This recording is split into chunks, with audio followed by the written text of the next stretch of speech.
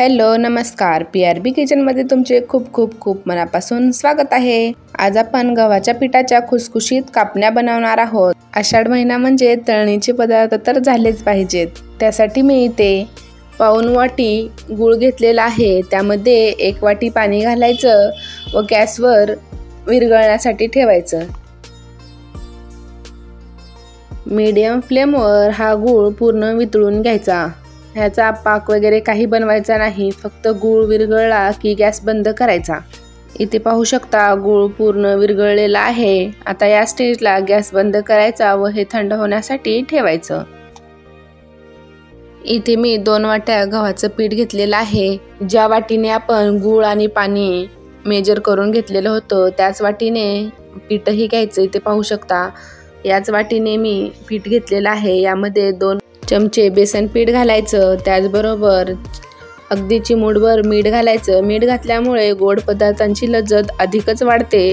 त्याचबरोबर मी इथे 1 मोठा चमचा सोप घातलेली आहे। सोप तुम्ही क्रश करूनही घालू शकता किंवा त्याची पावडरही घालू शकता। त्याचबरोबर 1 चमचा तेल घातलेलं आहे। तुम्ही तेल पिठात घालण्याऐवजी आपण जे गुळाचं पाणी करून घेतलेलं आहे त्यामध्येही घातलं तरीही चालतं।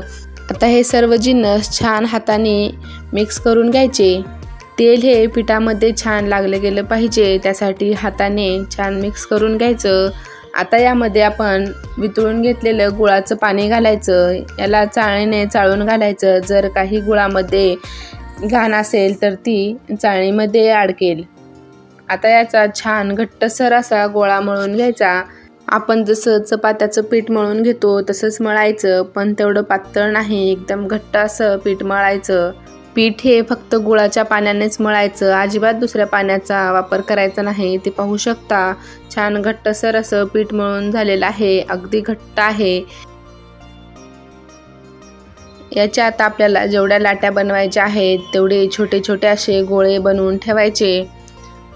साधारण आपण चपाती जेवढी बनवतो त्यापेक्षा थोडंसं कमी घ्यायचं, कारण हे लाटण्यासाठी अवघड जातं। एवढं सोपं जात नाही। जशी आपण चपाती फास्ट लाटतो तेवढं फास्ट हे लाटता येत नाही। इथे पाहू शकता असं मऊ करून घ्यायचं। छान एकजीव झालं की याची गोल अशी एक लाटी बनवून घ्यायची। अगदी पातळही नाही आणि जाडही नाही, मीडियम साईजची अशी लाटी बनवून घ्यायची। इथे पाहू शकता या पद्धतीने लाटून घ्यायचं। कडेने भेगा पडतात पण काही नाही, कडचे साईडचे कट करून आपण परत त्या पिठामध्ये मिक्स करून घ्यायचं। मी ते लाटून घेऊस्तोवर तेलही गरम करत ठेवलेलं आहे। तेल छान गरम होत आहे तोपर्यंत इकडं आपली लाटी बनवून तयार झालेली आहे। इथे पाहू शकता मीडियम थिक आहे, अगदी जाड नाही आणि पातळही नाही। जाड केलं तर ते आतमध्ये कच्चा राहू शकतात व पातळ केलं तर ते करपू शकतात, म्हणून मीडियम साईजचे बनवायचं। यावर आता खसखस लावून घ्यायची, भरपूर अशी खसखस छान अशी पसरवून घ्यायची व बेलण्याने प्रेस करून घ्यायचं। आता याला कट करण्यासाठी घेऊ। तुम्हाला जो शेप आवडतो त्या शेपमध्ये तुम्ही कट करून घेऊ शकता। स्क्वेअर शेपमध्ये कट करू शकता, गोल कट करू शकता। गोल जर कट करायचा असेल तर एखाद्या डब्याचं टोपण घ्यायचं व यामध्ये छान प्रेस करून गोल गोल असे बनवून घ्यायचं। या कापण्या खाण्यासाठी खूप छान लागतात व आषाढ महिना म्हणल्यास कापण्या तर झाल्याच पाहिजे। मी ते ट्रायंगल शेपमध्ये म्हणजेच काजू कतली जशी असते त्या शेपमध्ये कट करून घेत आहे। व्हिडिओ पूर्ण पाहिल्यानंतर जर व्हिडिओ आवडला तर व्हिडिओला लाईक करा। त्याचबरोबर व्हिडिओ कसा वाटला हे कमेंट करून नक्की सांगा। सबस्क्राइब करा आणि बेल आयकॉन दाबायला विसरू नका।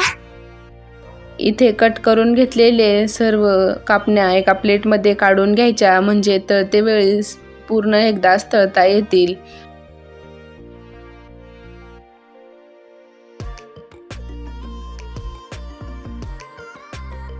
मी पूर्ण कट करून घेतलेल्या कापण्या एका प्लेटमध्ये काढून घेतलेल्या आहेत। आता याला तळण्यासाठी घेऊ।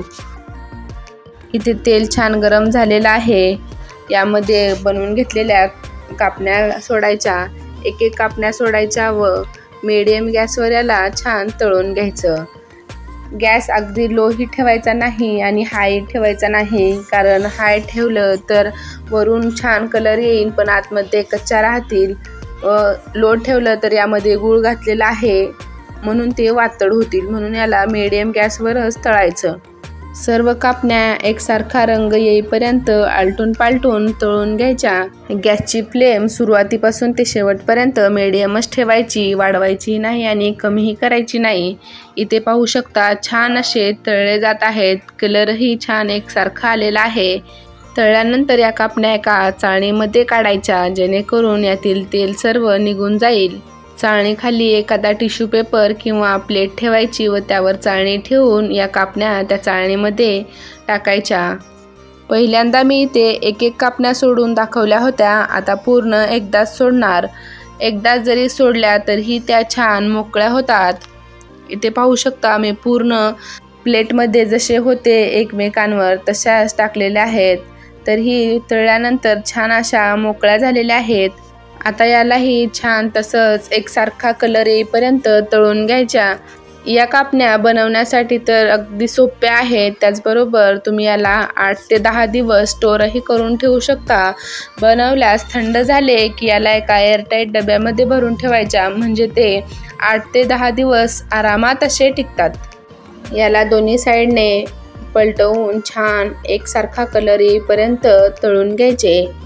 आपण जे 1 चमचा तेल पिठामध्ये टाकलेलं आहे, त्याऐवजी तुम्ही जेव्हा गूळ आपण विरघळून घेतो तेव्हा त्या विरघळलेल्या गुळामध्येही घालू शकता, त्यानेही छान असे ठिसूळ होतात।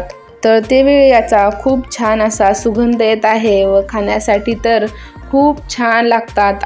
गूळ घालून केल्यामुळे या कापण्या पौष्टिकही आहेत, त्याचबरोबर या पारंपरिक पदार्थांपैकीच एक आहेत। या फक्त आषाढ महिन्यातच केल्या जातात। याला आखाड तळणे असेही म्हटले जाते। काही घरांमध्ये आखाडा कंपल्सरी तळला जातो, काहींमध्ये नाही। ज्या ठिकाणी जशी परंपरा आहे त्या ठिकाणी त्या पद्धतीने बनवले जातात। इथे कापण्या छान एकसारख्या तळल्या गेलेल्या आहेत व याला रंगही खूप छान आलेला आहे। आता याला एका चाळणीमध्ये काढून घेऊ। जर तुम्ही माझ्या चॅनलवर पहिल्यांदाच व्हिजिट केली असेल तर चॅनलला सबस्क्राईब करा, त्याचबरोबर बेल आयकॉनही प्रेस करा, ज्यामुळे तुम्हाला दररोजच्या नवीन व्हिडिओची नोटिफिकेशन मिळत जाईल। तसे आपल्या चॅनलवर भरपूर असे व्हिडिओ आहेत, उपवासाचे पदार्थ आहेत, नाश्त्याचे वेगवेगळे प्रकार आहेत, हिरव्या मिरच्यांचे प्रकार आहेत, भरपूर असे व्हिडिओज आहेत। नक्की एकदा चॅनलला व्हिजिट करा।